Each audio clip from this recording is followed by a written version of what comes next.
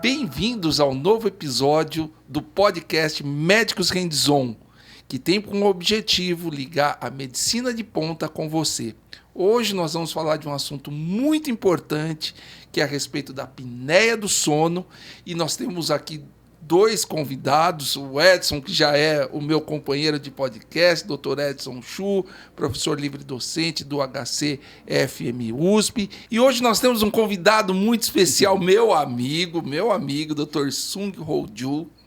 Sung é coreano, tem uma história bonita de migração aqui para o Brasil. Já é brasileiro, né, Sung? 57 anos Sung. no Brasil. Já é brasileiro, já não tem Isso. conversa. O Sung é otorrinolaringologista, estudou medicina lá no HCFM USP, fez o doutorado lá na área de otorrino e ele é um dos pioneiros no estudo de apneia do sono na área da otorrinolaringologia, na especialidade da otorrinolaringologia. Isso. Ele é médico no Hospital Albert Einstein e ele vem dividir o conhecimento dele a respeito de apneia do sono. Bem-vindo, Sung. Obrigado, Marcelo. Finalmente saiu esse podcast. Saiu. Agradeço o convite. É um prazer estar aqui com você e tentar transmitir um pouco, de uma forma bem informal, o que é o ronco e a apneia do sono. Isso é importante. Ainda bem que eu não ronco, né? Pelo menos eu nunca ouvi nada. Aliás, quem ronca jamais ouve seu ronco. Então, eu nunca ouvi nada. Só sua esposa. Só minha esposa, de vez em quando. Mas isso aí é só de vez em quando, né? Tá bom. Me fala uma coisa. O que é ronco, Sung? Bom, ronco é um ruído que o ar, ao passar pelas estruturas, tanto nasais, faríngeas e tudo mais, ele acaba vibrando as estruturas, né? E essas estruturas em vibração e que causam ronco. Então, eu vou só antecipar dizendo que o ronco não é uma doença, mas ele é um sintoma que pode dizer que o ar não está passando bem. Quer dizer, Ou seja, o ar não está passando direito, mas é fisiológico, então. de uma certa forma, sim. Só que é um indicativo de que o ar não está passando bem. Então, alguma coisa não está. Quer dizer, uma pessoa respirando, tanto acordado como dormindo, não deveria ter ruídos. Não... E o ronco é um ruído que mostra que ele não está respirando, o ar não está passando bem pelas estruturas. De onde vem esse ruído? Nariz, boca, Então, laringe? tem vários pontos que pode... Tem tipos, dependendo do tipo do ronco que a pessoa tem, você dá para localizar de onde vem. Então, existe o ronco por um problema nasal, né? Existe um constritor, um músculo chamado constritor superior, lá atrás do nariz, que ele pode contrair um pouquinho e fazer com que a passagem lá, chamado nasofaringe, ele faz o ruído, sabe? É um problema fisiológico muito da pessoa, inclusive. Aquelas pessoas que dormem tenso, eles provocam esse tipo de ronco. Quem tem muita tensão no Isso. dia a dia. E o palato, né? Onde tem a campainha, que é chamada a úvula, ali pode vibrar. Que é aquela divisão entre a faringe e a boca ali, lá no fundo da boca. Lá né? no fundo, aquela estrutura que desce do palato é a úvula, né? E ele pode, então, ser muito comprido. O palato pode estar bem posteriorizado, porque uma parte do palato é formado tecnicamente por um músculo chamado palato faríngeo, essa parte posterior. A da frente é palato glosso. Então, o estreitamento faríngeo pode causar o ronco, tá? Presença de amígdalas muito grandes podem causar ronco. A língua muito posteriorizada pode causar ronco. É um ronco áspero, sabe? Tipicamente de base de língua. Obviamente, eu não vou fazer aqui, mas dá para reproduzir esse ronco de base de língua, sabe? É um ronco meio áspero e tal. E então tem vários tipos de ronco e vários locais em que pode gerar o ronco.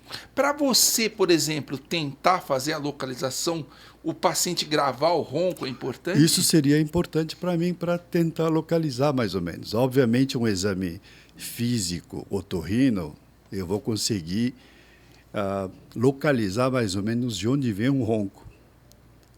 Mas se a pessoa puder gravar, obviamente dá para saber a intensidade. O tipo de som, a intensidade você consegue Sim, fazer? inclusive a intensidade. Quer dizer, dá para ver como é que a esposa pode estar sofrendo, né?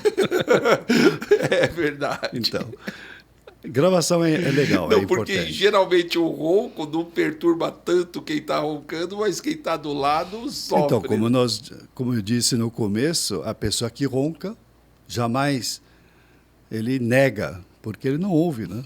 Ele fala, eu roncar? Não, isso é quase impossível, tal. E isso é uma proteção que nós temos, né?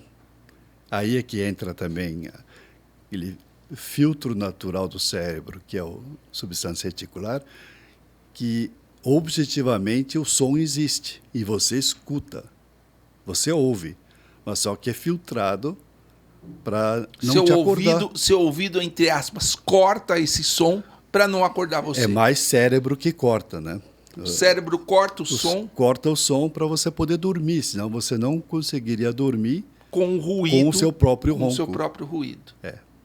Existem vários ruídos do nosso corpo que a substância reticular dá uma filtrada, né? Para nossa sobrevivência, senão de outra forma seria impossível você ouvir seu próprio ronco, você não vai dormir. E uma coisa que você falou que é interessante, o ronco do nariz ocorre com a constrição daquele músculo que você citou, que fica lá atrás do nariz. Sim. Ocorre em pessoas que vão dormir tensas. O estresse pode piorar o ronco, você acha? É muito provável que sim, principalmente naquelas pessoas que têm bruxismo. Sabe? Olha só. Que o bruxismo normalmente vem do estresse, né? Da tensão. Vem da tensão. Eu mesmo tenho um sono bastante... quer dizer, eu durmo um pouco tenso. Eu durmo assim de lado, meio que braço cruzado, e de manhã, às vezes, eu vejo a marca do meu dedo. Porque, tensão, né? E aí o dentista também diz que eu tenho bruxismo e tal. Desgaste, né, de dente. Então, dá para inferir indiretamente que eu tenho uma tensão muscular durante o sono. Durante o sono. E essa tensão pode ocorrer no nariz também. Na verdade, não é o nariz. Nariz é uma estrutura que tem poucas estruturas para vibrar. O que vibra é aquilo que eu te falei, é a musculatura atrás do nariz. Lá atrás do nariz, constritor superior, médio, palato, né, língua. Olha só. E vamos falar agora um pouquinho de apneia do sono. O que é a apneia do sono? Bom, definição de apneia do sono é uma parada respiratória maior do que 10 segundos. Foi padronizado porque nós respiramos a cada 3 a 4 segundos para conforto respiratório. Se você para de respirar, e as pessoas podem fazer esse teste, pega um relógio e você, sem puxar o ar, né? E aí você aguenta mais, mas na respiração normal, você para e tenta ver no seu relógio quanto você aguenta, quantos segundos você aguenta até ter o desconforto. Então, foi definido que acima de 10 segundos, a parada de respiração por 10 segundos é a apneia. Tá? Não uma apneia consciente, obviamente, é porque você está dormindo, mas toda vez que você tiver uma parada respiratória acima de 10 segundos, é considerado um episódio de apneia. Tá? E a apneia atrapalha a vida das pessoas por quê? Veja, está diretamente relacionado à oxigenação. Porque se você não respira, consequentemente, não há troca gasosa lá no pulmão, ao nível alveolar. Então, se você para, eu não estou falando de 10 segundos, mas já tive paciente que parou de respirar por 120 segundos. É muito tempo, né? 2 minutos. 2 minutos. nem eu, consciente, na piscina, conseguiria 2 minutos de apneia para poder nadar. Não, no entanto, registro foi de 124 segundos. Veja, nesse período, ele para de respirar. Então, aquela reserva residual que tem no pulmão, que faz a troca com o alvéolo, etc., ele para. Então, o sangue passa no pulmão sem receber oxigênio. Ele vai circular uma vez, 2 vezes, 3 vezes, sem oxigenação. E o corpo entra em alerta, né? O corpo entra em alerta porque a única substância que o cérebro precisa, e que você sabe melhor do que eu, Marcelo, é oxigênio e glicose. Se falta oxigênio, seu cérebro vai sofrer de alguma forma. Não, e assim, o cérebro no sono ele está trabalhando também. Ele precisa de muito oxigênio e muita glicose sempre. É dito às pessoas que estudam o sono de que o cérebro trabalha muito mais à noite do que de dia. Quer dizer, eu concordo com isso porque é hora de você... Imagine quantas informações a gente deve receber, visual, tátil, auditivo, milhões e milhões de informações que você tem durante o dia, você tem que apagar à noite, né? Então, eu acho que é onde o cérebro trabalha mais. E quando você para de respirar, essa saturação cai. Exatamente. E isso começa a atrapalhar. O cérebro começa a falar, cadê o oxigênio? Cadê meu oxigênio? Exato. E aí o que ele faz? Ele desperta o indivíduo. Desperta o indivíduo para não morrer. Exatamente. Mas... Tem descrição, né? Eu acho que você já deve ter ouvido falar, alguma esposa que foi com um paciente lá no consultório, eu achei que meu marido ia morrer, né? Não, sim. Justamente a esposa, eu vou adiantar um pouquinho, mas a esposa é uma parte muito importante nesse processo de apneia e ronco, porque é ela que sofre os problemas do ronco do marido, né? É ela que ouve. Então, e ela que acha que ele vai morrer. Né? Exatamente, porque assim, a angústia que a pessoa tem, eu já tive isso, vi a pessoa parar de respirar assim, dormindo, é uma angústia muito grande, muito grande. Então, você fica torcendo, será que eu vou acordar ele, chacoalhar ele para ele acordar, para respirar? Sabe? Dá vontade. É assim... E por que ocorre a apneia do sono? Quais são as principais causas da apneia do sono? Então, por definição, existem 2 tipos de apneia. Uma é obstrutiva e a outra é central. O central é bem mais complicado porque é um problema... Central, você diz, o cérebro que não manda o comando para o indivíduo respirar. Exato. Aí, as apneias centrais são graves também, mas o mais comum é a apneia obstrutiva, porque, como eu disse no início, o ar tem seus bloqueios, né?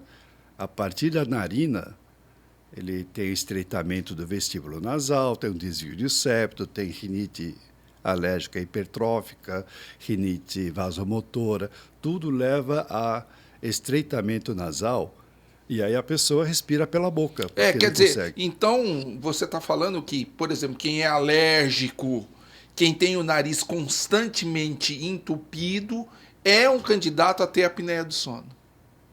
É muito provável que sim.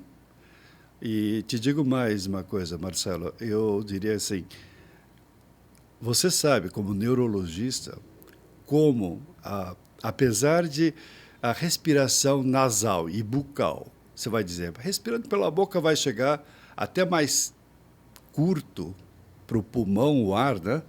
Ele passa por várias etapas e vai direto para o... Mesma coisa você respirar pela boca e respirar pelo nariz. Então, qual é a importância de você respirar pelo nariz? Aí você, como neurologista, deve saber que existem terminações nervosas no nariz que dá uma sensação de satisfação respiratória. Olha só. Então, é importante a pessoa respirar pelo nariz. Além da filtragem do ar. Além da filtragem do ar, pelas estimulações que ele tem ao respirar pelo nariz, ele tem essa satisfação respiratória. A pessoa que respira pela boca, você já deve ter visto algumas pessoas, é incapaz de correr muito e fica sempre aquela angústia de respirar pela boca e nunca está satisfeito. Além de deformação, etc. Sim, na né? criança Ao tem longo aquela do tempo. deformação facial. Então, é isso. É importante você respirar pelo nariz para ter toda uma fisiologia do sono normalizada, por incrível que pareça. E aí passou pelo nariz, quais são as outras barreiras aí? Vamos para frente. Bom, já o nariz tem várias barreiras, né? E passando então o ar, imagine, passando por trás do nariz, ele desce a região palatal, encontra uma úvula muito grande, pesada, que está bloqueando Aquela a passagem. região atrás da boca, né? Exatamente. Então, o ar pode ter essa dificuldade, porque o palato é longo, é estreito, com uma úvula grande, e nos laterais tem uma amígdala também grande. Imagine, com tudo isso, o ar tem essa dificuldade, mas precisa passar, aí passa vibrando as estruturas e causa ronco. E pode causar apneia. Normalmente, é um dos sítios importantes, a faringe também ser o ponto de apneia. Bom, por exemplo, amígdalas grandes, a gente vê muito em pais, crianças, né? Sim. Muito. Criança pode ter apneia do sono por causa de amígdala grande? Claro. Aliás, é uma das causas mais comuns de apneia em criança é a amígdala grande, a adenoide grande. E nada impede que a criança também tenha rinite, tá certo? Então, tem várias estruturas pelo qual o ar tem que passar, mas o culpado principal em crianças é adenoide e amígdala grande. Adenoide que são aqui as glândulas. São vegetações iguais ao uma estrutura igual das amígdalas, só que ele fica atrás do nariz, tá? Daquilo onde fica mais ou menos aquela musculatura que eu te falei, constritor superior, aí fica a adenoide ali e pode bloquear a passagem do ar. E uma criança, por exemplo, com problema crônico de adenoide, amígdala, que não dorme direito, tem um prejuízo aí no desenvolvimento, né?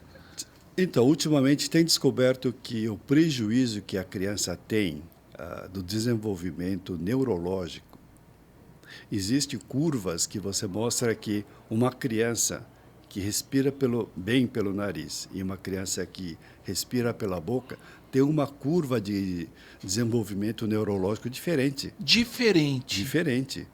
Então, o que é esse gap, a diferença entre o normal e esse alterado pode significar para a criança? Cansaço por causa do cansaço, ela pode ser hiperativa, a criança responde dessa forma. Um sono não normal, a criança ele responde com uma hiperagitação. No adulto é o contrário. No adulto você fica cansado durante o dia, meio sonolento e tal. Daquela hipersonia, aquela falta Exato. de disposição. Mas em criança é o contrário. Falta de concentração na falta criança, de concentração, agitação. Memória, agitação. Então, existem algumas alterações visíveis aos pais, comportamentais, tá? Por causa do sono alterado. No entanto, ele consegue, por causa do desenvolvimento neurológico, chegado aos 25 anos, ele consegue chegar mais ou menos no desenvolvimento normal. O gráfico se aproxima muito. Se iguala, mas aquela diferença que a criança teve pode representar em déficit de memória, né? Diminuição de memória, concentração, esse tipo de coisa. Então, uma criança, por exemplo, muito agitada, porque hoje é moda fazer diagnóstico de déficit de atenção, né? Sim. Então, uma criança muito agitada, a gente tem que prestar atenção como é que ela está respirando, né? Sem dúvida. Essa é uma parte muito importante na pesquisa. E uma das causas dessa hiperatividade da criança e tudo mais. Falamos da boca, desce aí. Vamos lá. O que mais? Porque o conceito é que o ar entra livremente no nosso corpo, é tranquilo, não existe barreira, a gente respira. Se não respira pelo nariz, dá um jeito de respirar pela boca. Você já falou qual a importância de respirar pelo nariz, mas a gente acha que é um caminho aberto, mas tem mais barreira aí. Fala aí para mim. Marcelo, eu queria que você imaginasse uma coisa. Quando você engole alguma coisa, saliva também, a luz da faringe fica zero. Tá certo? Certo. Ele Para o que você engolir não ir lá não ir para cima. Lá, senão você nem vai para cima. E você, para poder limpar toda aquela coisa de saliva, o alimento, você empurrar ele para baixo e tudo mais, você tem que imaginar que nós temos uma constrição de 100%.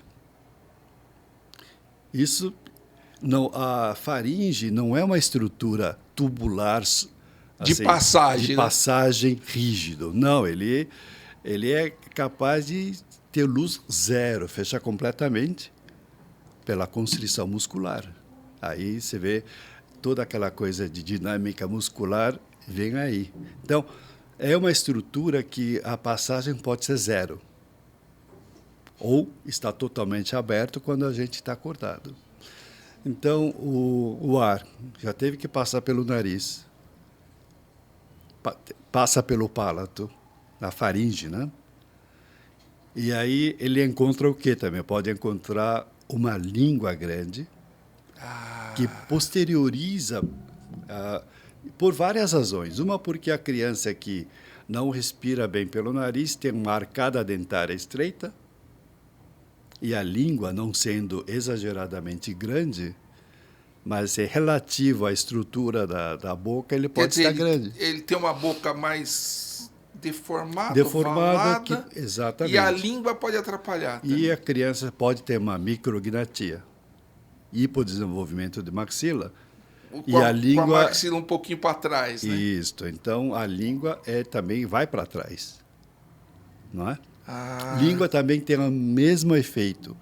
Ele tem que encostar bastante na parte posterior para poder empurrar o alimento e não regurgitar, não ir para cima. Então, é um local, sítio aqui, que também é capacidade zero de fechamento total. Aqui também teve uma área que também pode fechar 100%, que é o palato.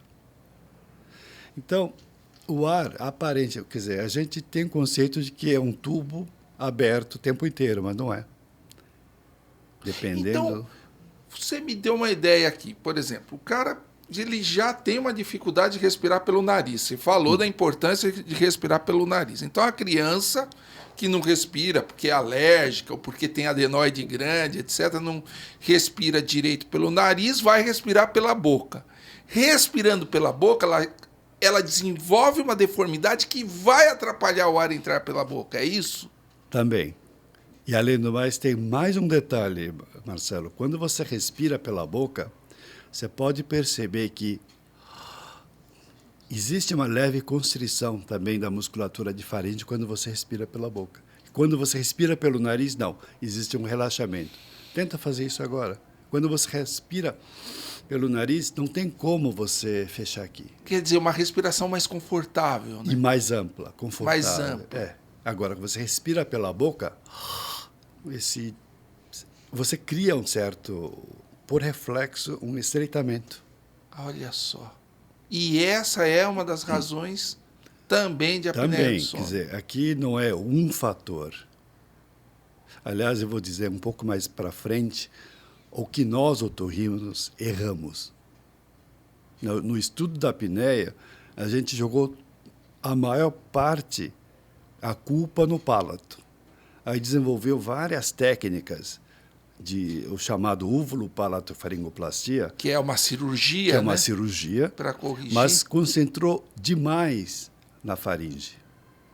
Quando tem um fator nasal, tem um fator da hipofaringe, a língua, a base de língua. A base da língua grande. Tem epiglotes que são muito compridos e grandes e posteriorizadas. Eles causam também bloqueio. O que é epiglote? Fala aí. Epiglote é uma estrutura que você já deve ter ouvido falar alguma vez, a população também, que é uma estrutura de cartilagem bastante maleável e que foi proposto antigamente que ele servia para proteger vias aéreas respiratórias na deglutição.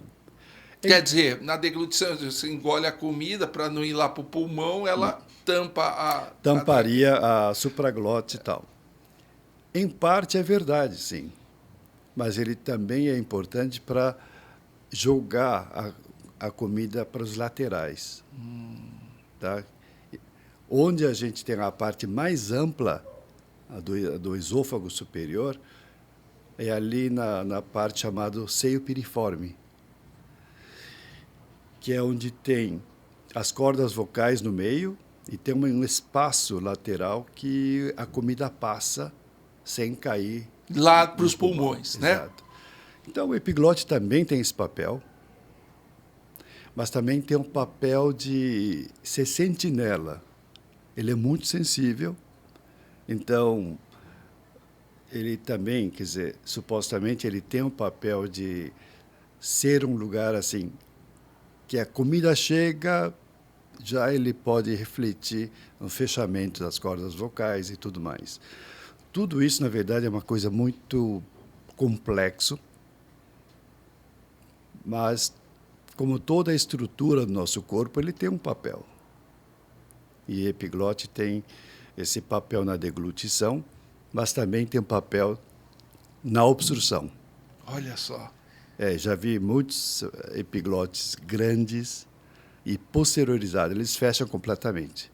A gente vê isso fazendo uma endoscopia nasal, a gente vê que o epiglote está posteriorizado.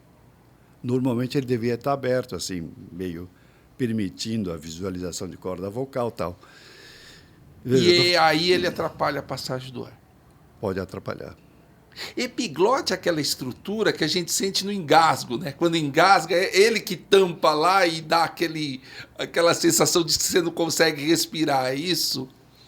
Sim, mas ele não é o único, né? Na verdade, é quem um faz complexo, são as cordas vocais, banda ventricular, tudo isso se fecha para proteger a traqueia. Então, é que é tão complexo esse mecanismo. É por isso que o interessante é quando você nasce, você já nasce com tudo isso programado. Tanto é que uma criança, você não tem que ensinar uma criança a mamar. E a criança mama, engole, né? Deglute sem nenhum tipo de problema. Está tudo prontinho. Está tudo prontinho, funcionando que nem aqueles mecanismos de relógio, né? E quando dá problema é nos adultos com AVCH, AVCI, quando mexe no centro... derrame cerebral, né? Derrame cerebral, você tem essa disfagia. Esse lance de engasgar, Exato. de você não conseguir que é um outro capítulo, direito, né? É um outro capítulo. Que é um outro capítulo. Mas na apneia, ele então, a língua grande e posteriorizada pode causar também bloqueio.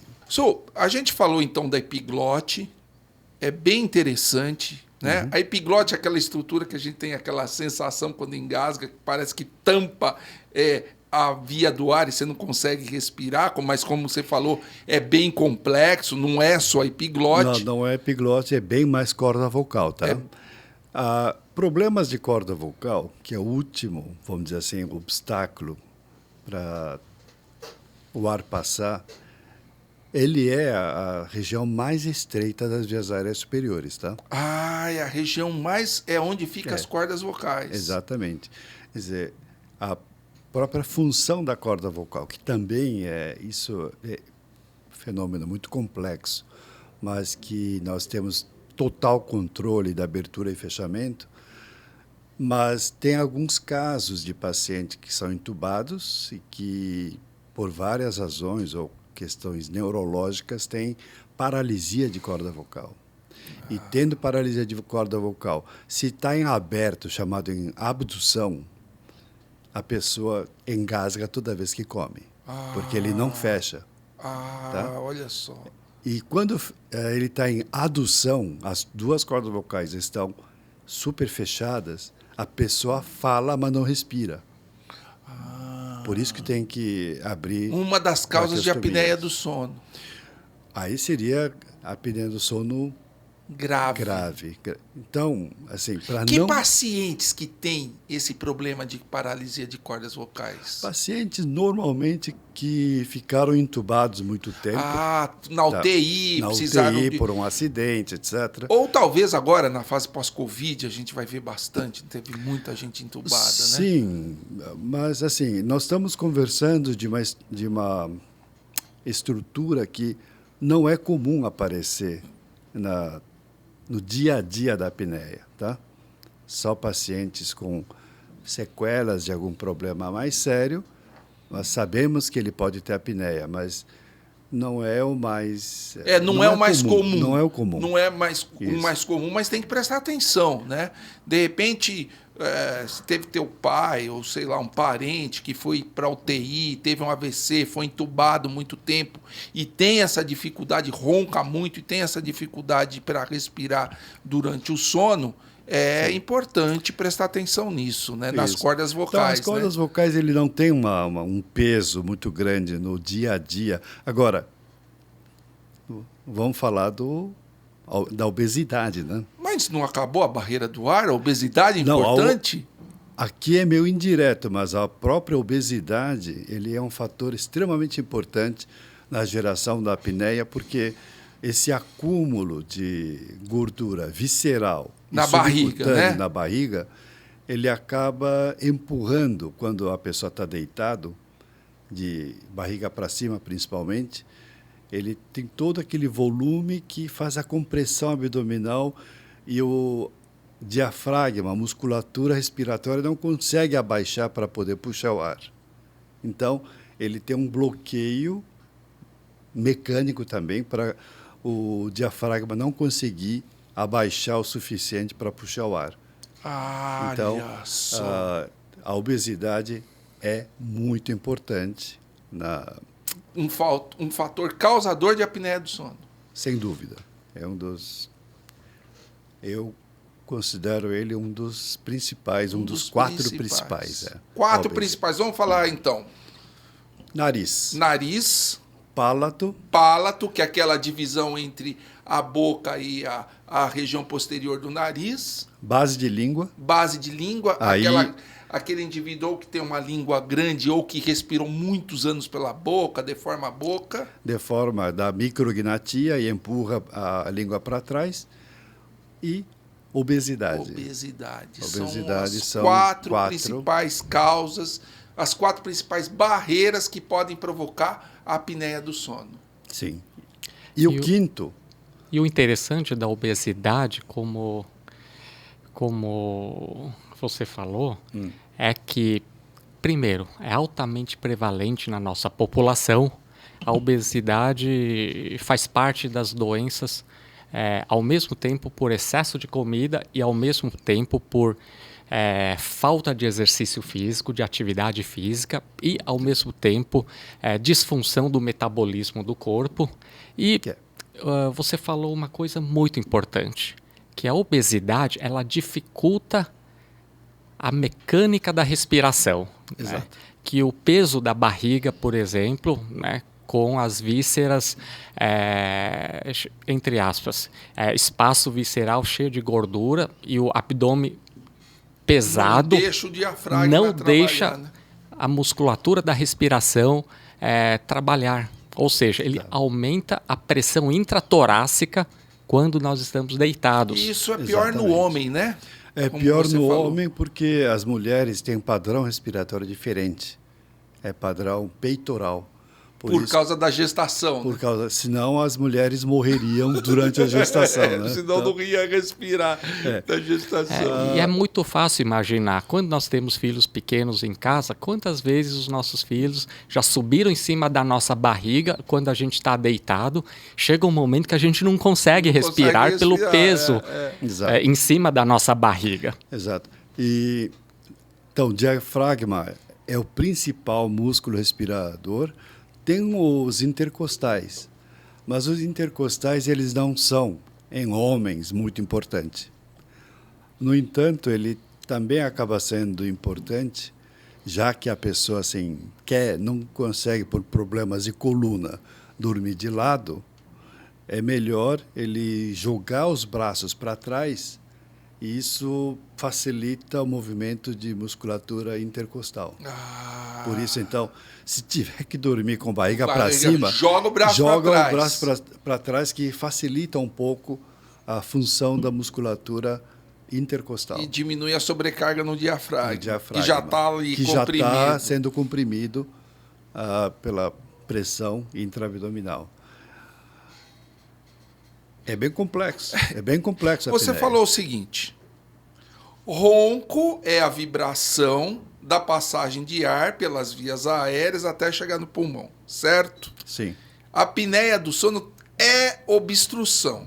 É a parada de respiração. Todo mundo que ronca tem apneia do sono, ou a apneia do sono não tem relação direta com o ronco? Como é que é isso? Explica aí para o ouvinte. Bom, não é uma estatística minha, tá?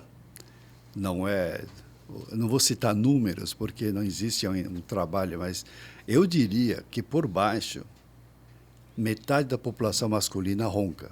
Masculina? Você está sendo machista aí, hein? Não, é tudo aquilo que a gente conversou até agora.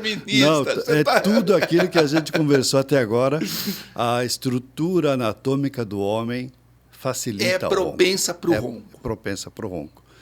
Eu diria que, então, veja, é uma coisa meio assim, chutado, mas a maioria dos homens roncam, tá? Só que, então, o ronco, como eu disse, é um sintoma, não é doença. Então, nem todo mundo que ronca tem apneia, mas todo mundo que tem apneia ronca de uma certa forma, ou produzem ruídos que causam e pioram durante a apneia. Então, resumindo de novo, nem todo mundo que ronca tem apneia, mas todo mundo que tem apneia roncam. O Sul falou uma coisa interessante aqui, Edson, que dependendo do barulho do ronco, ele pode identificar onde é que está a obstrução, né? Sim, isso não é fácil, mas dá para tentar localizar onde está o problema. Porque a localização é importante, né? Sim, como você falou, para o tratamento por muitos anos o tratamento ficou concentrado num único lugar e, na realidade, é o caminho todo, né? Exatamente. E o Dr. Sun tem toda a razão. A minha esposa, Sun, ela é fisioterapeuta respiratória de UTI. E ela fala que faz parte da propedêutica e da semiologia da fisioterapia ouvir o ronco, né? Os barulhos, né? E com isso elas conseguem identificar o sítio de obstrução. Isso, o local de obstrução. O local que está obstruindo. Exatamente. Para poder tratar adequadamente. Né? Como as pessoas em casa têm dificuldade de localizar, então nós conseguimos localizar mais ou menos durante o exame físico, né? Durante uma endoscopia, os prováveis locais de obstrução e geração do ronco. Bom, então aqui é o seguinte, nós falamos até agora das vias, falamos do diagnóstico, né? A apneia do sono, a interrupção da respiração por mais de 10 segundos e que pode ocorrer várias vezes numa noite ou pode ocorrer num determinado período de tempo, etc. Mas qual que é? Você falou outra coisa interessante. Por exemplo, quando a gente ronca, a gente está dormindo, a gente não ouve o ronco. Porque Sim. A substância reticular lá do cérebro, corta essa informação. Senão, Exato. Ia ser um inferno para quem ronca e não ia dormir por causa do barulho. Exato, né? Exato. Mas a apneia do sono tem uma repercussão séria sobre a saúde das pessoas. Então, primeira coisa, qual que é a prevalência na população de apneia do sono? Você pode dar uma ideia para a gente? O problema é que é subdiagnosticado, né?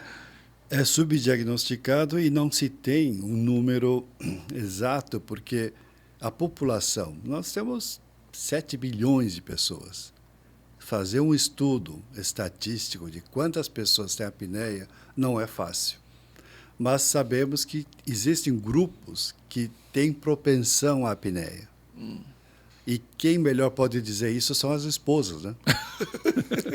Já que o marido é que ronca bastante mais... Ele vai morrer agora. O problema é que...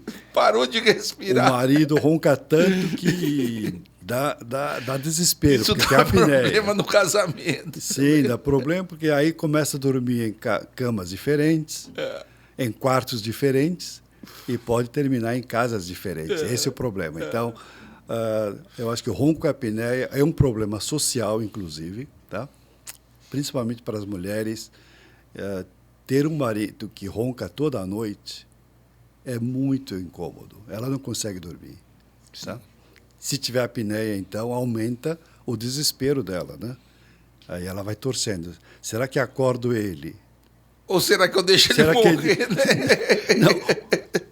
Porque, assim, ela fica aguardando o momento em que o sujeito volta a respirar para ela ficar tranquila. Mas logo depois para de novo. Então, fica uma angústia muito grande para a companheira. E o Su falou que ele pegou um registro de 2 minutos sem respirar o paciente.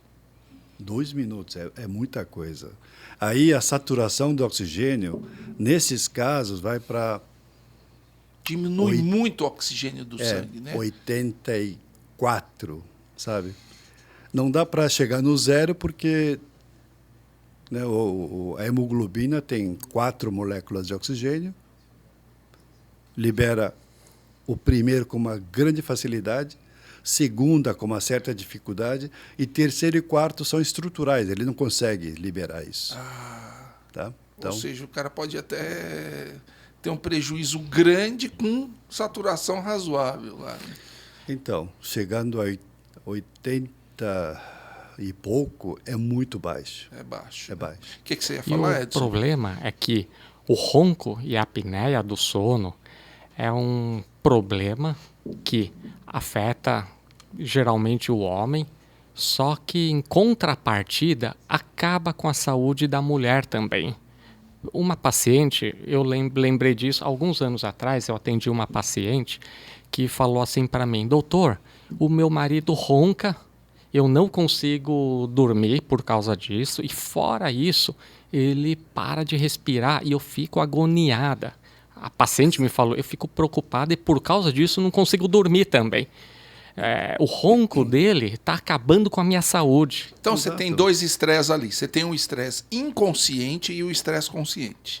Claro. Quem está acordado tem um estresse consciente. E quem está dormindo com a apneia tem um estresse inconsciente. Ele não sabe, mas ele está sob estresse. Eu queria que você falasse um pouquinho sobre a arquitetura do sono rapidamente, que a gente já falou isso muito com o Leonardo lá no podcast do sono. Qual a importância dessa arquitetura e por que a apneia do sono atrapalha essa arquitetura? Bom, sono é uma das funções fisiológicas mais importantes do organismo. Em outras palavras, todos nós, todo ser vivo, todo ser humano precisa dormir. Não existe ser humano que não dorme nada, né? Todos nós precisamos dormir.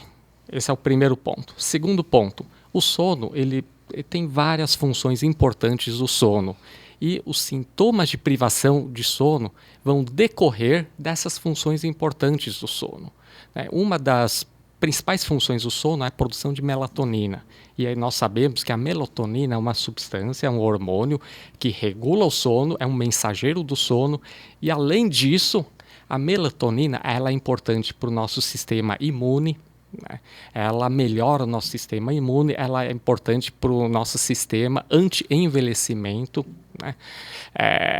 E ela é importante também diversas outras funções. Bom, é através do sono que nós regulamos os nossos hormônios da hipófise, nossos hormônios da tireoide, os hormônios do pâncreas, os hormônios produzidos pelo estômago, que tem muito a ver com a questão de obesidade. O que isso significa? Significa que, uma vez que o sono, a falta de sono, prejudica a regulação dos hormônios do corpo, quem não dorme, portanto, a pessoa que tem apneia do sono e, portanto, não dorme direito, acaba tendo sintomas de privação de sono, e entre os sintomas de privação de sono nós temos o agravamento da obesidade, agravamento do diabetes, ou seja, só isso nós já podemos imaginar a repercussão clínica importante, inclusive, sobre tempo de vida de uma pessoa que não dorme direito. Além disso, o sono ele controla, regula o nosso sistema cardiovascular, regula a nossa pressão arterial. Ou seja, quem não dorme direito pode ter pressão alta. Isso. Aquelas pessoas que não dormem direito têm um risco maior de hipertensão arterial sistêmica, ou seja, de pressão alta, ou seja, fica mais difícil de controlar a pressão.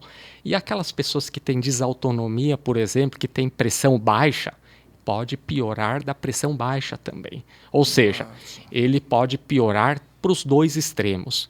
Pode agravar uma pressão baixa, assim como pode agravar uma pressão alta. Bom, além dessa parte do sistema cardiovascular, né, nós sabemos que quem não dorme direito, né, o corpo libera mais cortisol, por exemplo, libera mais adrenalina, por exemplo. Isso significa que quem tem doença cardíaca, arritmia, por exemplo, começa a ter mais eventos de arritmia. A arritmia, você diz, descompasso nos batimentos do coração. Isso, né? Falta de ritmo de batimentos cardíacos. Bom, o sono ele é muito importante também para a cognição. Né? Um dos papéis do sono, uma das funções do sono é manter a fisiologia neural, dos circuitos neurais da cognição. Né? Então, sono é importante para a limpeza das substâncias tóxicas no cérebro. Existe um sistema no cérebro que se chama sistema linfático, né? Linfático, que é como se fosse o sistema linfático do corpo. Não é bem assim, porém, no cérebro ele se chama sistema linfático. É um sistema onde o líquido passa pelo cérebro através do parênquima cerebral e vai retirando as substâncias tóxicas, do cérebro. Isso, produtos de metabolismo. Do metabolismo, oxidativos e tal. Vai tirando todos os lixos, né, que sobram ali. Ou seja, o sistema linfático vai limpando o cérebro, o parênquima cerebral vai retirando essas substâncias e elas vão parar no sistema do líquido céfalo-raquidiano, que uma vez circulando pelo sistema nervoso, aí depois essas substâncias tóxicas serão reabsorvidas por organismo para poderem ser excretadas. O que acontece? Uma vez que quando nós não dormimos direito, o sistema linfático não funciona direito. E, portanto, isso faz com que toxinas se acumulem no cérebro, fazendo com que o sistema de cognição não funcione direito, o sistema límbico... Cognição, você diz, o cara não consegue se concentrar, não consegue raciocinar, não consegue ter as funções de raciocínio durante o dia porque não dormiu direito à noite. Portanto, quem não dorme direito, a atenção vai estar diminuída e pode bater o carro, pode não conseguir fazer cálculos de cabeça. Um cientista, por exemplo, que não dorme direito, pode não conseguir as contas, não pode conseguir fazer as contas de cabeça, por exemplo. Quem não dorme direito, além de atenção reduzida, quem não dorme direito tem mais acidente de trabalho, né, porque a cognição está com prejuízo da sua função, a memória diminui também. Né? Então, imagine aquele estudante que está prestes a prestar vestibular e que não dorme direito, varando a noite, a memória vai estar reduzida. Ou seja, a questão da cognição, em termos de memória, linguagem, atenção, vai estar alterada com sono. Além disso, nós não podemos esquecer que quem não dorme direito tem alteração comportamental. O sono ele regula os comportamentos humanos. Então, quem não dorme pode ter mais nervosismo, agressividade, né? Quem não dorme, além de nervosismo, agressividade, pode tender à depressão ou a impulsos, seja de comer, seja de impulsos de brigar com as pessoas, né? Então, só para complementar um pouco, Edson, todas essas alterações que você citou, ele decorre num paciente que tem apneia, porque ele para de respirar durante o sono, e nós sabemos que tem várias etapas de sono, tá? Sono leve, profundo e REM. Qualquer que seja a etapa, a pessoa que para de respirar por mais de 10 segundos, ele vai acordar para não morrer. O cérebro manda o comando, né? Manda o comando e... Aí é um cérebro que fica estressado. É isso que eu ia perguntar, por exemplo. O que o Edson está falando é o seguinte, a impressão que eu tenho, não, é aquele cara que fica acordado a noite toda, mas na realidade o cara com a apneia do sono, é quase isso ele também. É quase um acordado a noite toda. Porque ele é obrigado Ele é obrigado a acordar para poder respirar. Exato. Então é um indivíduo que, à noite, quando ele deveria estar relaxado para ocorrer as funções fisiológicas, ele está estressado. Ou seja, é aquela pessoa que dorme superficial, que você olha para ele, não é que ele está acordando e lendo ou assistindo televisão. Ele está dormindo, porém dormindo mal, ou seja, a qualidade do sono ruim. Até que essas pessoas podem dormir até em quantidade de horas mais do que o normal, tipo dormir 10 horas. Ou 8 horas, porém ele dorme mal, a qualidade do sono é ruim. Ele não passa por diversas fases do sono, que são... É muito importante nós passarmos por diferentes fases do sono para que ocorra todas essas funções. E só para terminar de descrever as funções, alteração do sistema imunológico. Quem não dorme tem mais gripe, mais resfriado, né? E o sistema imune é o grande guardião do nosso corpo contra células cancerígenas. Então, tem vários trabalhos mostrando que quem não dorme direito, risco de câncer aumenta. Então, câncer de próstata, câncer de mama. Então, é importante nós valorizarmos o sono, o nosso sono, né? Bom, e, por fim, né, nós que somos neurologistas, o Su que é otorrino, todos nós lidamos muito com cefaleia e dores. O médico otorrino lida muito com cefaleia no consultório, tem diversas causas de otorrino que dão cefaleia, e nós, como neurologistas, diversas causas neurológicas para cefaleia. E quem não dorme direito tem mais dor. Por quê? Porque o sono regula o sistema de dor e o sistema de supressão de dor. Isso significa que quem não dorme direito descompensa da sua cefaleia, descompensa da sua dor lombar. Da enxaqueca, né? Da enxaqueca, né? Super prevalente. Da dor lombar, que também é frequente na população, descompensa da fibromialgia, né? Das síndromes miofaciais. Em outras palavras, é muito importante dormir, e as pessoas que roncam parece que está dormindo, mas não está dormindo. Ou seja, ele dorme superficial. Não é bem assim, né? Como você falou, o ronco tem a apneia do sono, né? Agora, bom, recordando o que o Edson falou, então. A gente falou aqui, o cara que tem a apneia do sono, ele pensa que ele está dormindo, mas ele não está dormindo direito. Isso. Aliás, ele não dorme praticamente, né? Porque ele desperta muito por comando do cérebro para falar, respira, senão eu vou ter problemas aqui por falta de oxigênio. Tá. Exato. E recordando, quem passa a noite assim é aquela insônia inconsciente, né? Vai ter mais risco de ter infarto, mais risco de ter derrame, mais risco de ter diabetes, pressão alta, né? E a ocorrência de AVC e morte súbita durante o sono não é das mais baixas, né? Acontece. Além de aumentar a probabilidade de declínio cognitivo e demência. E aumentar a probabilidade de doenças neurodegenerativas. Agora, eu ia te perguntar o seguinte, você é otorrino. O cara mora sozinho. Tá. e ele não tem ideia de que ele tem apneia do sono.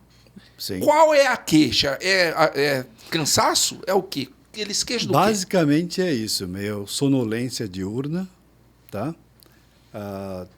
Ele não consegue ter, justamente por todas as alterações que o Edson citou, você não tem como ter um dia a dia normal, raciocínio, etc. Então, é um sujeito meio cansado, como um todo, tá? E isso quando ele mora sozinho, né? Porque quando não mora sozinho, ele então, pelo menos tem lá... Ele sabe que ele dorme mal, respira mal durante o sono. E, para isso, assim, nós complicamos bastante. Eu falei muita coisa aqui, mas, para resumir assim, a grande pergunta que as pessoas fazem, tem tratamento? Tá? Então vamos para o diagnóstico, depois nós vamos para o tratamento. O diagnóstico já foi falado mais ou menos por causa dos sítios de obstrução. Dá para fazer o diagnóstico, a polissonografia, eu acho que você está querendo dizer, né? Exatamente. Espera aí, o que você quer falar, Edson? Então, que além de tudo que o Dr. Sung falou, aquela pessoa que durante o dia fica sonolento, se deixarmos em qualquer lugar, ele fica pescando, ou seja, ele fica tirando... dorme em pé, né? Dorme em pé, dorme sentado. Só largar ele sozinho acaba sendo isso a gente rotulado. Conhece bem na área da saúde, a gente vê muito isso. Acaba sendo rotulado como dorminhoco, né? Numa sala de aula, no trabalho. Eu tive há alguns anos, há muitos anos, um paciente que veio ao consultório e queria melhorar da apneia do sono. É um paciente de 78 anos. Aí perguntei com os meus botões, falei, o que um senhor de 78 anos procura consultório de um otorrino para tentar melhorar? Ele sabia que ele tinha apneia, tá? E eu perguntei, quer dizer, o que ele quer, expectativa de vida aos 78 anos, o que ele esperava, então, melhorar com isso. Eu perguntei o que ele queria melhorar. Ele falou, eu queria ler o que ele adora ler, só que toda vez que inicia a leitura, ele dorme, está cochilando. Então, ele não consegue fazer aquilo que mais dá prazer a ele, a vida. E eu vi que 78 anos, um senhor, obviamente, mas rígido. Não tinha nenhuma complicação digna de nota que pudesse, assim, contraindicar o tratamento, as cirurgias, né? Quer dizer, no meu caso.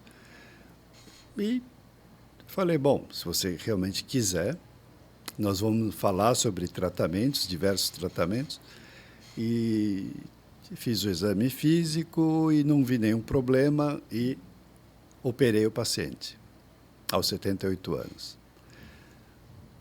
Marcelo, ele veio a falecer de morte natural aos 97 anos. Você deu... Você deu quase 20 anos para ele. Não, o que para mim foi muito importante esse caso é que nunca é tarde para você tratar. Porque não é só questão de estender a vida da pessoa só. Porque se a pessoa começa a respirar melhor naturalmente, e justamente então ele normaliza muito desses problemas neurológicos, metabólicos, oncológicos e tudo mais. Não é só isso, mas ele pôde voltar a ler.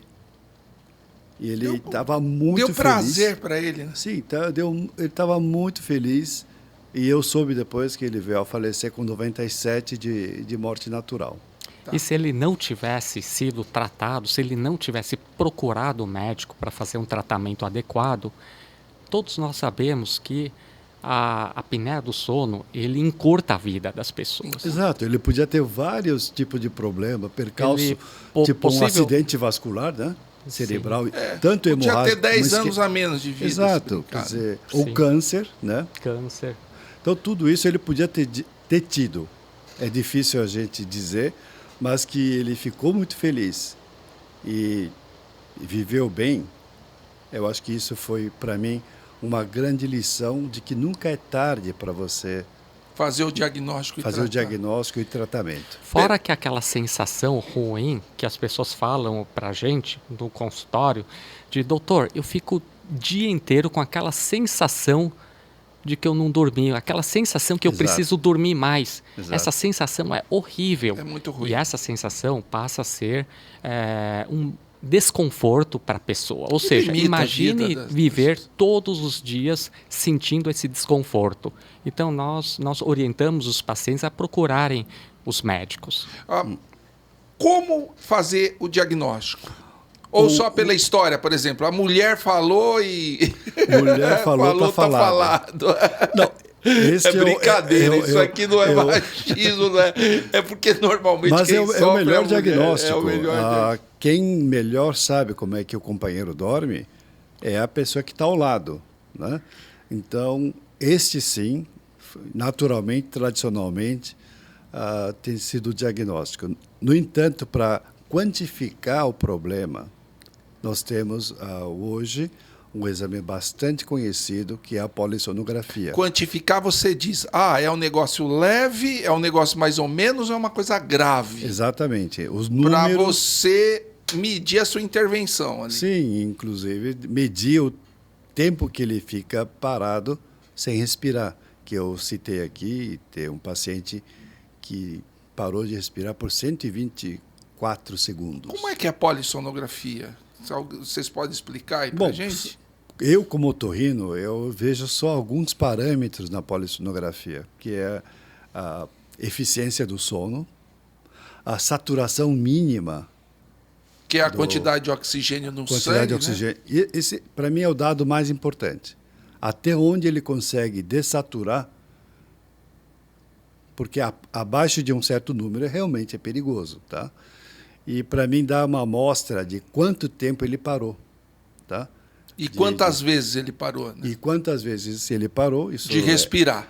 Isso a polissonografia vai dizer o número. Por isso vai dar um número de índice de apneia e hipopneia, que é um número que, dependendo do número, é classificado leve, moderada, grave. Você pode dar uma ideia para a gente? Olha, eu diria assim, até 10 por hora em homens é leve, tá? Ou quase normal. Acima de 10 até 35 é moderado. Acima de 35 é grave. Por hora? Por hora. Por São hora. números de episódios. Então, o indivíduo ele para de respirar 10 segundos, mais que 35 vezes por hora é uma apneia, aí é muita coisa, né? Não, é muita coisa. Por isso que o doutor... E o cérebro o tempo todo lá, acorda que eu preciso de respirar, né? Preciso normalizar a minha função neurológica. Preciso de né? normalizar. Exato. Então, o que o Dr. Edson falou foi exatamente isso. Quer dizer, higiene do sono, higiene de toda a parte cerebral fica decorre totalmente diretamente da parte respiratória, né? Nos casos que tem apneia. Obviamente tem outras doenças neurológicas, mas aqueles que param de respirar durante o sono têm todas as alterações. Pode explicar aí a durante o sono? É. E durante o sono é comum todos nós seres humanos em termos fases em que nós hipoventilamos um pouco, né? E é comum nós ficarmos sem respirar por curto período de tempo e ser considerado normal. Então eu queria que o Dr. Su falasse para quem nos assiste, né? Em relação à apneia, qual que é a linha divisória entre o normal e o anormal? Quanto menor o número, melhor, obviamente, né? E, no entanto, vem pacientes que não têm apneia, mas que querem resolver o ronco também. Então, é muito difícil o que a pessoa quer resolver, porque às vezes ele sente mal de estar roncando muito alto. E não tem apneia, no caso. Isso é um pouco raro, mas tem, tá? Mas assim, ele está incomodado em atrapalhar a esposa. Esse é aqueles que só roncam, né? Aqueles que roncam e tem apneia é porque ele sente mal. Ele sente que não tem um sono reparador, então querem melhorar E a mulher, realmente, assim, a esposa, o companheiro, fala, bom, você tem que resolver, senão eu não consigo dormir também. Senão vou para outro quarto.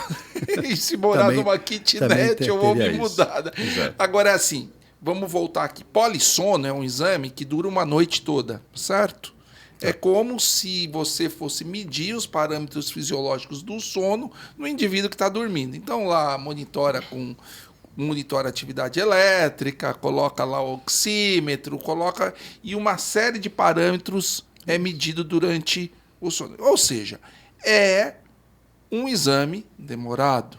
A polissonografia é um exame importante. Nós estudamos a neurofisiologia do sistema nervoso durante o sono.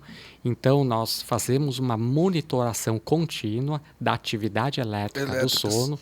Então, se coloca eletrodos no couro cabeludo, né, e passamos a registrar em tempo real a atividade elétrica do sono. Bom, além disso, nós colocamos também sensores, né, nas pálpebras para detectar os movimentos dos olhos, ou seja, a atividade muscular, da atividade dos músculos da motricidade ocular, para nós sabermos se os olhos estão se movimentando ou não. E por que isso é importante? Porque existe uma fase do sono que nós chamamos de fase REM. REM de R de rápido, E de eye de olho e M de movimento, né? Ou seja, é uma fase em que há movimentos rápidos dos olhos. E nessa fase onde o olho fica mexendo, quando a gente olha o nosso filho dormindo, o bebê ou o filho, filha dormindo, ou o marido, esposa, existem fases do sono que a gente vê que o olho fica tremendo, que o olho fica se movimentando, né? Essa é a fase REM do sono, né? Fase REM é considerada uma fase profunda do sono, onde ocorre diversas funções biológicas, tanto no cérebro como no organismo. E essa fase é uma fase importante porque é uma fase que restaura a memória, que mantém o trofismo dos circuitos neurais, né? É uma fase importante também para relaxamento muscular. A fase REM, nessa fase REM, o cérebro ele envia, né, informações inibitórias para os nossos músculos. E por que isso é importante? Porque é um momento em que o nosso tônus muscular chega quase a zero. Né? É um momento importante porque é a fase em que nós sonhamos.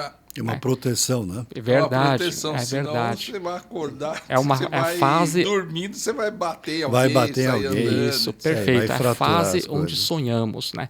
Então, é óbvio que se nós estamos sonhando, nós não podemos sair nos movimentando, né? Existe uma situação clínica que se chama distúrbio comportamental do sono REM. Nesse distúrbio comportamental do sono REM, nós temos uma falha na inibição muscular.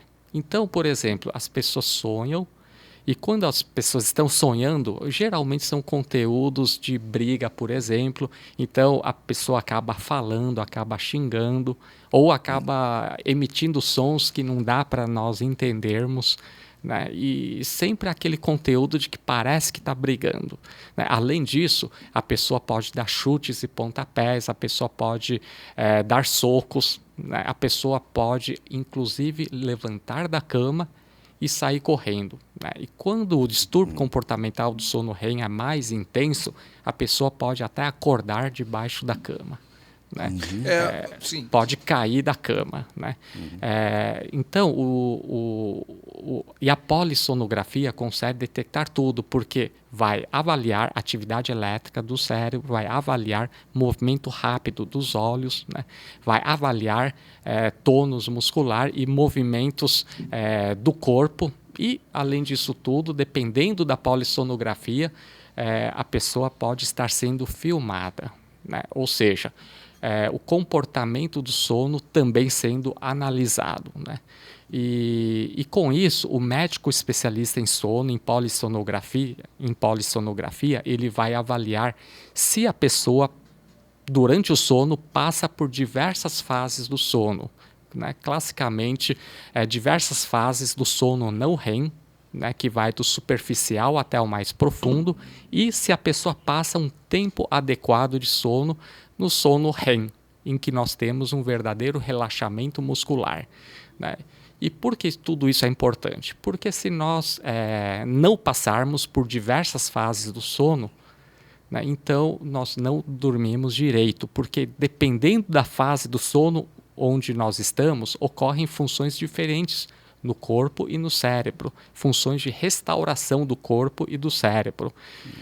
Além disso, nós temos que dormir um tempo, em diversas fases, um tempo mínimo bom para o nosso organismo.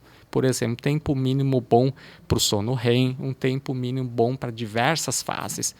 Ou seja, através da polissonografia que nós conseguimos avaliar a qualidade do sono e não somente a quantidade de sono.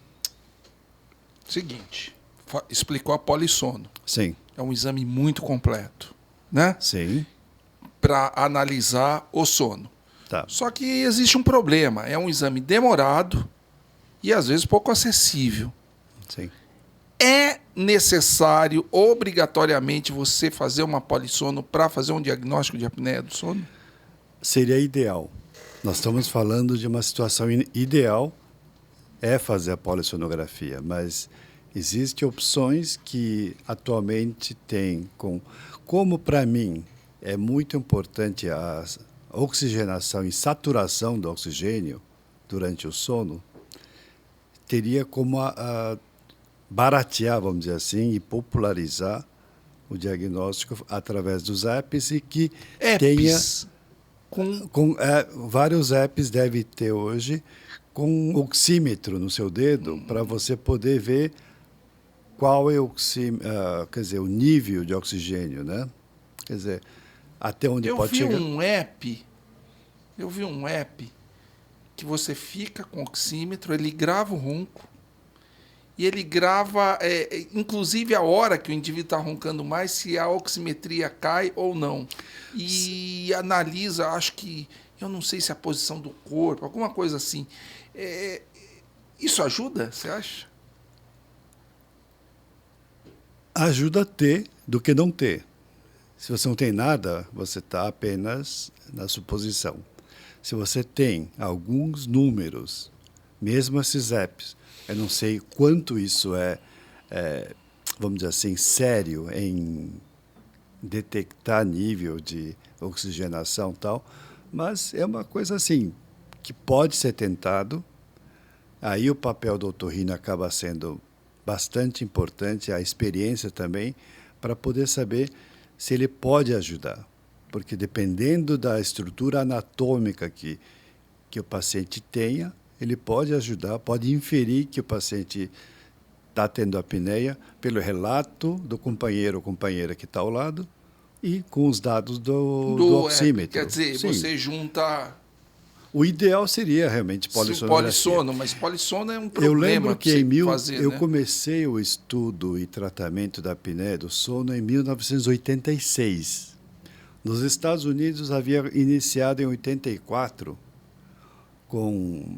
foi um boom. Alguns autores, incluindo Simmons e David Fairbanks, eles praticamente iniciaram em 84 o estudo e tratamento da apneia obstrutiva do sono.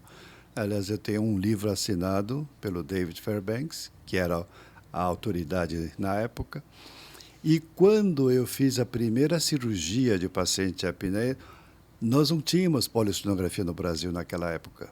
Você sabe disso? O diagnóstico era clínico. O diagnóstico foi que tinha uma alteração eletroencefalográfica. Foi um neurologista do Hospital Albert Einstein que ele trouxe, mostrando, porque vocês usavam faixa, né, torácica para ver a parte respiratória. E ele trouxe um paciente, não com números de apneia, mas que parava de respirar, e ele achou muito grave o paciente.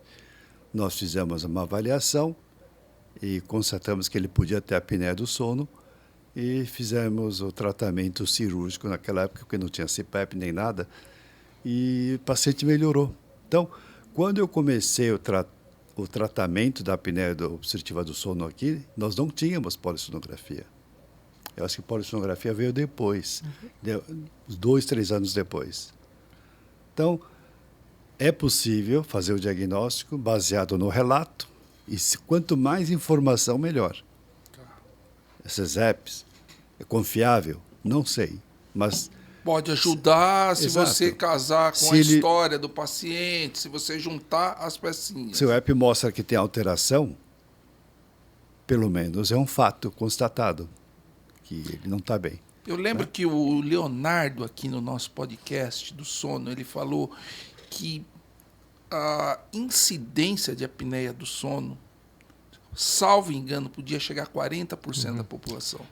Esses aplicativos modernos, claro que eles ainda precisam ser validados clinicamente. Exato. Mas, enquanto o mundo científico ainda está tentando ver a efetividade e a acurácia desses aplicativos para o diagnóstico, eu penso que por fornecerem dados fisiológicos, eles conseguem levantar a possibilidade. Sim. Né? Então, eles levantam a possibilidade Sim. para a família poder procurar o médico. Para poder Exatamente. tratar. Porque a família, Exato. Porque se normalmente... você ficar na fila de uma polissono até você fazer o exame e começar a tratar, você pode perder muito tempo, porque infelizmente a polissono não é um exame acessível. Né? Porque o leigo, ele não tem condição de suspeitar muitas vezes. Mas se o app, o aplicativo do celular, o Apple Watch, os relógios modernos Não, eu vi um estão... aplicativo, o Apple Isso. e oximetria. Isso. Se essas modernidades estão suspeitando, isso é um ótimo guia, uma orientação. Pelo menos uma constatação de que alguma alteração existe. Verdade, para a família procurar o médico. Sim, Aí o médico que vai fazer o diagnóstico. Porque às vezes na fila do exame você perde muito tempo, né? Principalmente, eu vou falar, o mundo do SUS, como é que você vai conseguir uma polissono pelo SUS? E aí não existe só a apneia do sono para você fazer o diagnóstico na polissonografia. Tem uma série de outros distúrbios do sono e o indivíduo da poli acaba, às vezes, sendo protelado, né? É muito difícil. Felizmente, a polissonografia tem se tornado bem popular. Eu acho que os custos estão abaixando, tá? Mas é um exame muito demorado, não é um exame rápido. Tanto é né? que hoje tem pelo menos alguns hospitais mandam os técnicos em casa para fazer a o polissonografia. ideal é isso, sem dúvida, né? O desenvolvimento de métodos diagnósticos mais simplificados do que a polissonografia clássica é importante, porque a apneia do sono, a síndrome de hipopneia do sono é um problema de saúde pública. Exatamente. Né? Como eu falei para você. Em relação à incidência,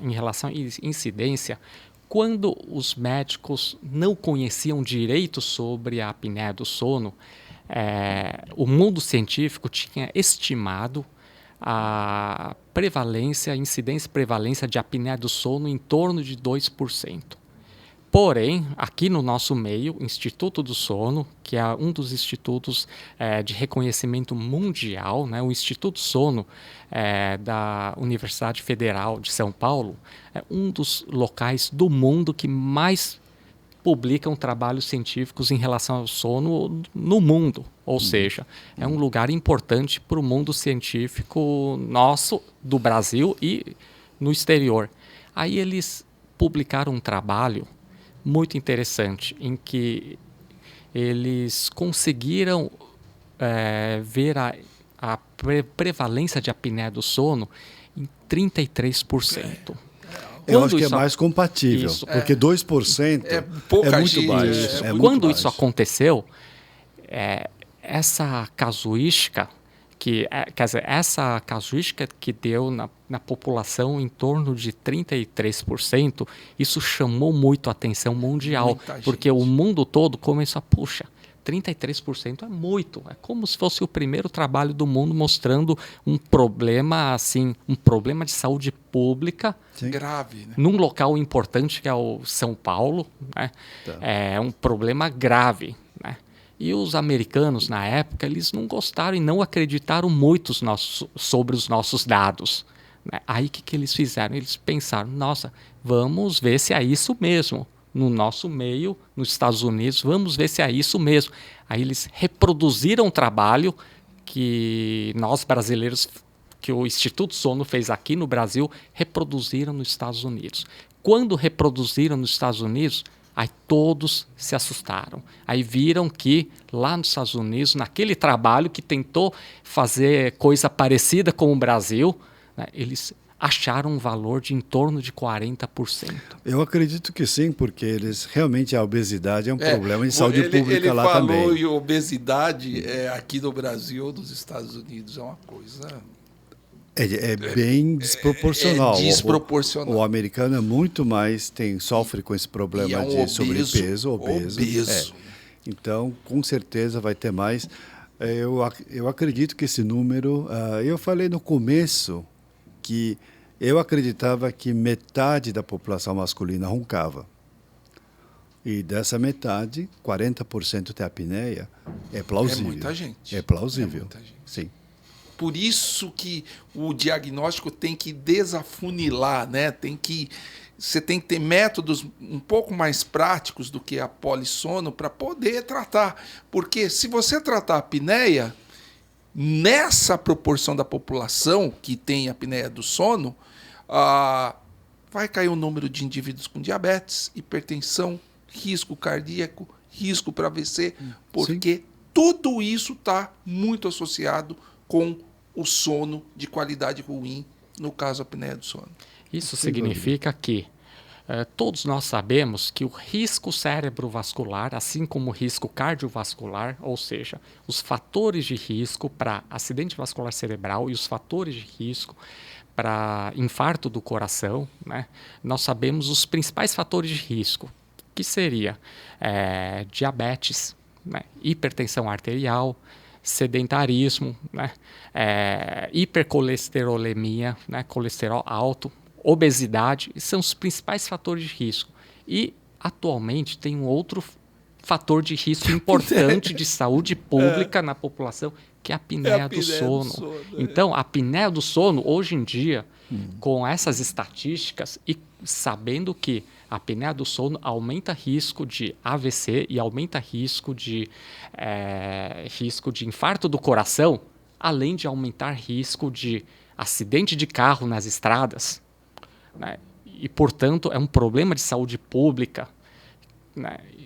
Isso significa que a apneia do sono deve ser considerado por todos os médicos como um grande fator de risco, junto com obesidade, junto com hipertensão arterial, diabetes, colesterol alto. Tá bom. Vamos tratar? Sim. Então, por que eu gosto de tratar, ver os pacientes com apneia? Porque os relatos pós-operatórios desses pacientes, pelo menos, é o que dá uma satisfação profissional muito grande. Eles são muito gratos porque a vida deles mudaram, sabe? E são os próprios pacientes que dizem isso. Então, isso dá ao médico uma satisfação muito grande de ter ajudado uma pessoa, não com câncer só, não é com, sabe, essas coisas mais graves, mas é muito importante você ver o paciente te agradecer que a vida dele mudou. Então, e muda mesmo, né? Sim, muda. Como é o tratamento? O tratamento ele é clínico, tem que operar? Como é que um paciente, você diagnosticou a apneia do sono, como é que você vai tratar esse paciente? Então, eu tenho que levar todas as considerações dos sítios obstrutivos que nós comentamos no começo. Onde é que está obstruindo, né? Se é nariz, boca, se for um desvio de obesidade. Septo, você tem que desvio de septo com rinopatia hipertrófica, você tem que corrigir aquilo para melhorar, para começar uma respiração normal pelo nariz. Região do palato, vem aquela famosa cirurgia uvulopalatofaringoplastia, que tem várias técnicas hoje, tá? E aquela estrutura que separa a boca da parte de trás do nariz, né? Exato. Várias técnicas, mas o objetivo final é, obviamente, saber fazer todas as técnicas para fazer ao paciente específico, dependendo do problema anatômico que ele tenha, você faz essa cirurgia e melhora nessa parte. A parte de base de língua também tem cirurgias que dá para fazer. A obesidade você tem que falar com o clínico ou o gastro, se for uma obesidade realmente importante, ele talvez tenha que fazer uma cirurgia bariátrica, tá? Para resolver esse fator obesidade. E também tem um último item que é preciso que a pessoa tenha uma higienização do sono em casa. Se ele dormia de barriga para cima, tem que então, dormir de lado. Vamos falar um pouquinho, então. Corrigir a posição de dormir é importante para tratar a apneia do sono? Sem dúvida. É importante porque, inclusive, os ortopedistas dizem que dormir de lado é a posição ideal para a coluna. E é a posição ideal para a respiração também. Por causa do alívio que você dá ao conteúdo abdominal. Então, o diafragma trabalha melhor. Ele pesa menos. Claro, porque ele vai para o lado. Vai para o lado. Vai para o lado e o diafragma trabalha melhor. A base de língua, que de outra forma ele barriga para cima, ele cairia para trás, ele fica de lado. A então, língua ia para trás, exato, então de lado vai de menos. Lado vai trás. menos, vai obstruir menos e tudo mais. Então, eu chamo de higiene de sono. E você falou também, aquele paciente que gosta de dormir com barriga para cima, porque dói menos, ele jogar o braço para trás. Joga o braço para trás, ele dá uma ajudazinha na musculatura intercostal. Tá. E também temos o CPAP, né? Então, quando a gente fala em apneia do sono, é automático pensar no CPAP, né? Uhum. Fala um pouquinho como é que funciona o CPAP Bom, CPAP hoje tem várias variações tecnológicas, BiPAP, etc., mas o princípio é jogar o ar com pressão positiva e empurrar o ar para o pulmão. Então, se você falar, ele resolve em todos, praticamente em todos. Em todos, quer dizer, Sim, não interessa onde é a obstrução. Sim, porque o ar está sendo jogado, bombeado. Vai bombear, né? Vai forçar. Exato. No entanto, a aceitação do paciente desse aparelho é que é um problema. Tá? Você deve ter muitos relatos de pessoas que não se adaptam ao CPAP.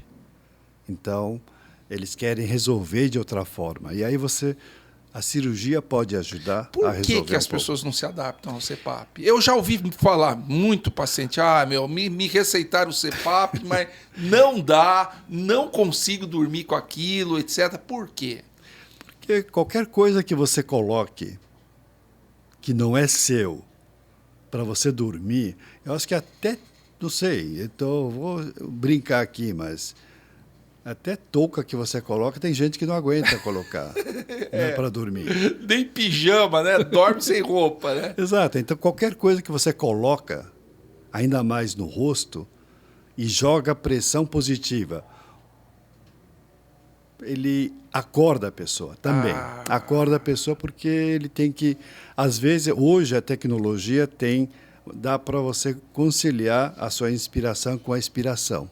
Mas, mesmo assim, o jato de pressão, dependendo da dosagem, a regulagem que você tem que fazer em níveis de pressão de água, tem nível que realmente incomoda. Tá? Então, o paciente não se adapta e, se puder resolver naturalmente através de uma cirurgia, é sempre bom, porque CPAP sempre vai ser uma muleta que você vai ter que carregar. Entendi. E vai viajar, vai para o outro, tem que levar o aparelho de CPAP. Tem que levar. Então, fica incômodo, cria uma dependência física e psicológica muito grande nas pessoas. E qual é, assim, você consegue falar mais ou menos qual é a porcentagem de adesão ao tratamento do CPAP? Tem gente que se adapta perfeitamente e fica muito feliz. Tem gente que odeia. Então, Eu não tenho números para poder te falar, vai depender de pessoa para pessoa e do aparelho para aparelho. No início era um aparelho que praticamente cobria seu rosto inteiro, então era muito pior. Agora ao nível do nariz, ele te incomoda menos, mas tem seus problemas. Mesmo aquele paciente que tem obstrução nasal importante, o CPAP funciona? Pois é, o CPAP, que é hoje o aparelho ele fecha principalmente o seu nariz, a pessoa que tem um desvio de septo importante, uma rinite, um corneto hipertrofiado, ele vai ter problema também, o aparelho jogar o ar. Quer dizer, talvez um tratamento mais incisivo na alergia ou cirúrgico seja mais efetivo do que o CPAP. Em alguns casos, e a maioria dos casos, eu diria para você que cirurgia resolve muito bem o problema, tirando o paciente com uma obesidade muito grande e todas aquelas estruturas que nós citamos. Por exemplo, a amígdala. Você vê uma criança com uma amígdala grande ou um adulto com a amígdala grande que é aqui a obstrução. É melhor operar do que se indicar um CPAP, vamos assim dizer. Sim, tem que operar, porque você tem que... além do mais, vou dizer uma certa curiosidade que para mim foi muito impactante. As amígdalas, como é um órgão linfóide, ele é importante para a criança a partir do momento que corta o cordão umbilical da mãe, ele ainda tem anticorpos da mãe por uns 6 meses. Só que ele tem que produzir o seu. Sim. E o tecido linfóide, adenoide, amígdala palatina, amígdala lingual, ele acaba, então, ajudando no desenvolvimento da sua imunidade. E a sua imunidade chega a quase 100% na maioria das crianças a 1 ano. Então, aí, em tese, ela perde a função depois de 1 ano. Sim, ele perde a função, aquela função primordial para ajudar na imunidade, ele já cumpriu o seu papel. Só que não é que nem, sabe, você autodestruído em 1 ano e meio. Não, como isso não acontece, a criança que tem uma hipertrofia adenoamidaliana e que tem mais de 1 ano e que tem essas apneias fortes, vale a pena operar. Eu operei os do meu filho, sabe? Você tirou? Você operou seus filhos? Eu operei meu filho, todo mundo falou que eu era louco. Eu acho também, mas tudo bem, eu não vou falar nada. Me fala uma coisa. Então, quer dizer, o cara tem a apneia do sono. Você fez o diagnóstico, você descobriu onde é a obstrução. Você ser objetivo em desobstruir vai ajudar até mais do que o CPAP, na sua opinião. Pode ajudar mais do que o CPAP e eu ajudo ele a se livrar do CPAP. Eu acho que isso é importante, sabe? Quer dizer, você ter alguma coisa que não é seu e que necessita usar, isso é uma dependência ruim. Não, tá? E a adesão do CPAP não é alta, né? Tem paciente que... Eu já ouvi muita reclamação do CPAP. Sim, existe, né? Mas se a apneia é muito grave... aí tem que usar, e não ele tem tem jeito. realmente um medo mortal da cirurgia, aí tem eu que acho usar, que... né? Não, olha, cirurgias otorrinolaringológicas não tem nenhum mudança de... Se for uma cirurgia gastrointestinal ou neurológica ou qualquer outra estrutura, você mexe com o metabolismo. Então, pós-operatório, você tem que fazer no UTI para equilibrar, para normalizar. Então, cirurgia de otorrinos não tem tanto. Desobstrução. É né? desobstrução, então não mexe muito no metabolismo. Tem que tomar um pouco de cuidado na alimentação depois da cirurgia do óvulo-pálato, mas a maioria, o último paciente que eu operei, ele falou assim, perdi 8 quilos, doutor, eu estou felicíssimo da vida. E escutem o aparelho do dentista. São importantes também, mas é muito voltado àqueles pacientes que têm alteração da posição da língua, né? Então, são bastante importantes para pessoas que ou são respiradores bucais, ele ajuda também a estimular a respiração nasal, se o nariz estiver bem, né? E, além do mais, ele ajuda a segurar a língua numa posição um pouco mais favorável. Se você for ver que o nariz e a passagem é a mesma coisa na hipofaringe, 1 milímetro já é suficiente. O ar é que nem água, né? Ele vai né? Ele vai saindo por tudo quanto é saída e ele vai tentar passar. De modo que 1 milímetro que você consegue na obstrução de base de língua já é muita coisa. Então, já ajuda bastante. Claro, os pacientes que têm esse problema de base de língua vão se beneficiar bastante com esses aparelhos ortodônticos. Mas para isso você tem que ver onde é que é a obstrução. Sim, sim. Você falou no início do podcast uma coisa muito importante. Respirar pelo nariz é muito importante. Muito. Né? Sim. É uma respiração mais satisfatória, vai filtrar, não vai dar aquela obstrução que você falou que dá aqui para baixo. A constrição, né? Um indivíduo extremamente alérgico, sim. A chance de ele ter apneia do sono é grande. Com uma obstrução nasal tem importante. Tem que ver se ele tem uma rinite alérgica importante. A alergia como um todo, ele pode aparecer em diferentes partes do corpo, mas pacientes com rinopatia alérgica, normalmente eles têm aumento do corneto nasal inferior e isso dificulta a respiração nasal. Isso cria uma barreira para o ar. Sim.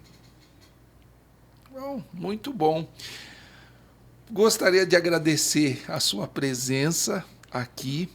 A gente já está falando quase 2 horas, o tempo passou rápido, o assunto é muito interessante. Sim, o assunto é extenso também. Você viu o modo como o Dr. Edson falou sobre a polissonografia, ficaríamos o dia inteiro falando de sono. Discutindo a polissono, mas é importante assim, o que a gente discutiu primeiro, a incidência ela é alta? Isso. É um problema de saúde pública e que agora que começou a se perceber a importância do tratamento. O que você quer falar, Edson? E para finalizar a questão de tratamento, é muito importante nós falarmos que, primeiro, precisamos ter um diagnóstico.